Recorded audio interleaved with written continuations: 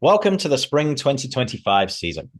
This presentation has been developed by Mass Youth Soccer to assist our member organizations with pre-season coaches meetings and includes important safeguarding, coach education, and player development information, as well as new initiatives from US Soccer and Mass Youth Soccer to support better game day environments for youth soccer players.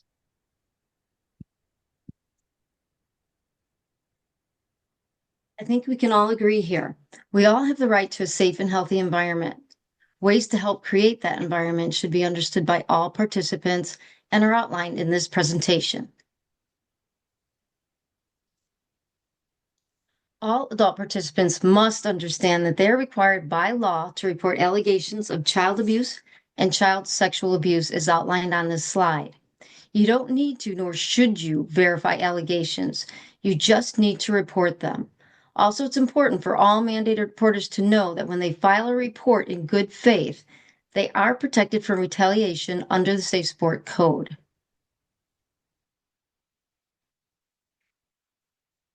We need to be proactive, create a safe and healthy team culture, address even the smallest infractions.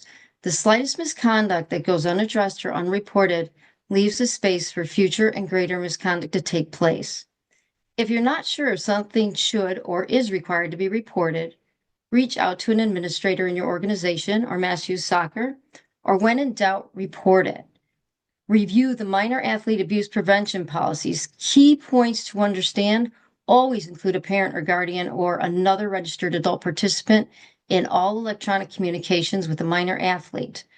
Always make sure when you're with a minor athlete, it's observable and interruptible. And if a player needs a ride, you must have at least 2 players over the age of 8 or have parental or guardian written consent on file. If there's an emergency that puts you in a situation where you can't follow these policies, it must be documented. These steps protect everyone. Soccer fields unite us. Hurtful words divide us and cause emotional harm to the victim. The language and incidents and discriminatory acts document linked on this slide explains what actions to take on the field and off when presented with this type of behavior. If you see something, you need to speak up and you need to report it. To help prevent these types of incidents, everyone involved should understand the zero tolerance and code of conduct policies. As a coach, it's imperative that you understand your part in enforcing these policies. Set behavioral expectations right away and provide everyone involved an understanding of consequences if they're not adhered to. Please take time to understand your role in keeping children safe and protecting their well-being. Review the U.S. Center for Safe Sports Toolkit for preventive measures to help eliminate misconduct and the Mass Youth Soccer Athlete and Participant Safety Policy to understand your reporting responsibilities. These reporting resources provide a quick look at reporting steps you need to take. Education, training, and collective accountability stops abuse and misconduct and helps protect the safety and well-being of all participants.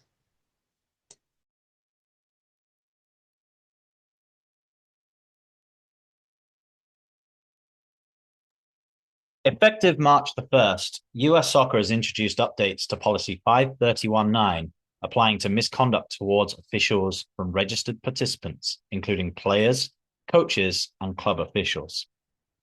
Policy 5319 now includes a category of misconduct named gross misconduct, which includes insulting, belittling, insinuating, or taunting behavior which undermines the authority of the referee. Mass Youth Soccer is implementing additional policy to extend the same minimum penalties to spectators at all Mass Youth Soccer sanctioned events. Minimum penalties for misconduct towards referees have been increased significantly. Of note to the youth soccer community is a minor multiplier, which triples sanctions for incidents of misconduct towards minor referees. Disrespectful behavior towards officials is damaging for all involved in youth soccer. Mass Youth Soccer fully supports US Soccer's efforts to improve game environments. please visit ussoccer.com/RAP for additional resources related to Policy 5319 updates. Another initiative being introduced in spring 2025 to better support playing environments and reduce incidents of misconduct during and after the game is the pre-game sportsmanship announcement and handshake line. Similar to the professional games, the team handshake line will take place prior to the game. About 5 minutes prior to kickoff, after players are checked in by the referee, both teams and the referee crew will line up the halfway line of the coach's sideline. Led by officials, all players and coaches will walk across the field and line up facing spectators. The sportsmanship statement will be read by a representative of the home team to all coaches, players, and spectators. The representative can be a coach, a player, or a spectator. Following the reading of the script, the home team will walk down the line of the away team and players will perform a pre-game handshake.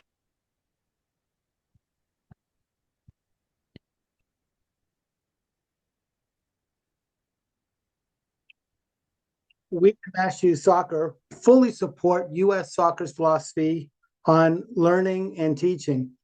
We consider what the child enjoys about the game and how we can make it look more like soccer.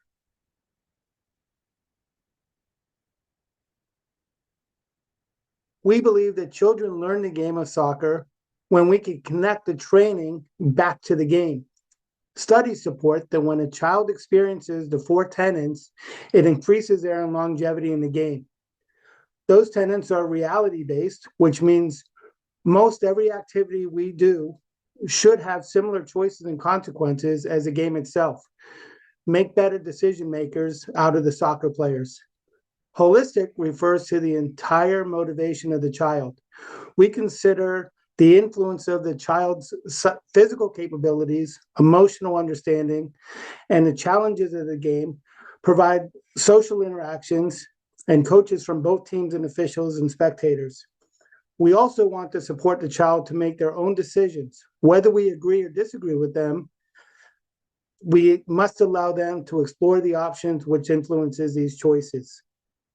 Finally, we want the children to experience the game. When training replicates the game, we know that mistakes will be made. These are normal and should be expected. Children who are willing to take risk and responsibility make mistakes. This means that they're challenging themselves to try something new. This should be done without fear of repercussions. These moments can be tools to teach. The players understand how to anticipate outcomes and how these should drive their decisions.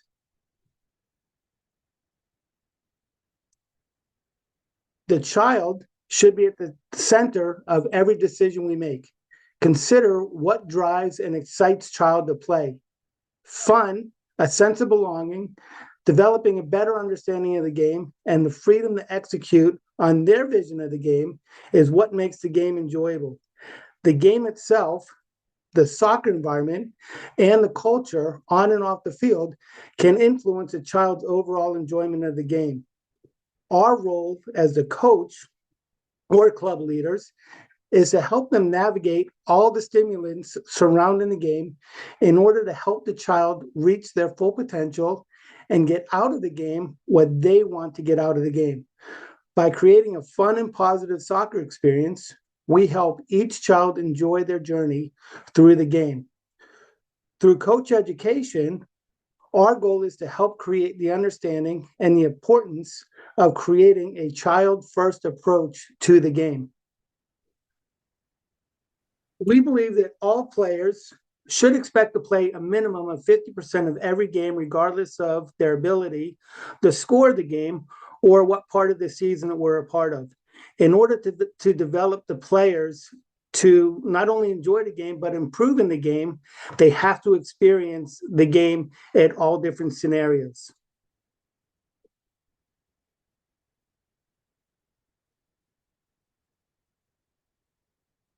How we can help enhance this and make the environment better for all is through a preseason meeting with the parents. A lot of times, creating the environment makes it easier to follow through with what we want, with our philosophy, with playing time, and all other aspects that influence what happens in the game. During our preseason meeting, it's helpful if we introduce the coaching team, assistant coaches, managers, and anyone else who might be a part of it. This also allows for parents to meet one another and get to build bonds that hopefully will grow and support the coach on the sideline. Share what our coaching philosophy and what that means, which includes a 50% playing time. Address schedules for training and games. Expected forms of communication, when is it appropriate and when it's not. Whether that is after games, the 24-hour rule, if you're going to have that, and whether or not text messages, emails, or some sort of app will be the way to share information with the team. The final part is to always include other discussion points. Make sure we're aware of what parents' expectations are or their understandings, and they are addressed in these meetings. And all of these will help make for a smoother start to the season. Spring is a busy season for our technical department as we launch a series of different coach education opportunities. Kicking things off, we have our Coach Education Week from March 23rd through April 3rd. These sessions are being hosted by our member leagues across the state. During these sessions, our technical staff will share tips to help coaches prepare for a successful season. Participating coaches will receive a code for a free online U.S. Soccer grassroots coaching course upon completion of the event. In addition to Coach Education Week, we are offering several in-person U.S. Soccer coach licensing courses at different levels at different locations throughout the state. U.S. Soccer Coach Education is designed to help our coaches enhance their skills and techniques while moving along their coaching pathway. For our coaches involved with adaptive soccer, we're hosting a top soccer workshop on March 16th. This event provides an excellent opportunity for networking and learning within the adaptive community. This workshop will include a top coach certification course tailored to equip coaches with the skills necessary to provide a valuable soccer experience to players with disabilities. This opportunity is open to all coaches working with players in the adaptive soccer space. Addressing challenges our coaches and players face that extend beyond the field, we will also host various virtual sessions this spring. These will be held in collaboration with Positive Coaching Alliance, Boston Children's Hospital, among others. Finally, we remind all currently registered Mass Youth Soccer coaches who are applying for a U.S. Soccer D, C, B, and A license about the Dean Conway Education Grant. This grant is open to all registered coaches with priority given to those serving underrepresented communities or living below the Massachusetts median income level. For more information on any of these educational opportunities, please scan the QR code displayed on this slide and keep an eye on our social media channels for updates.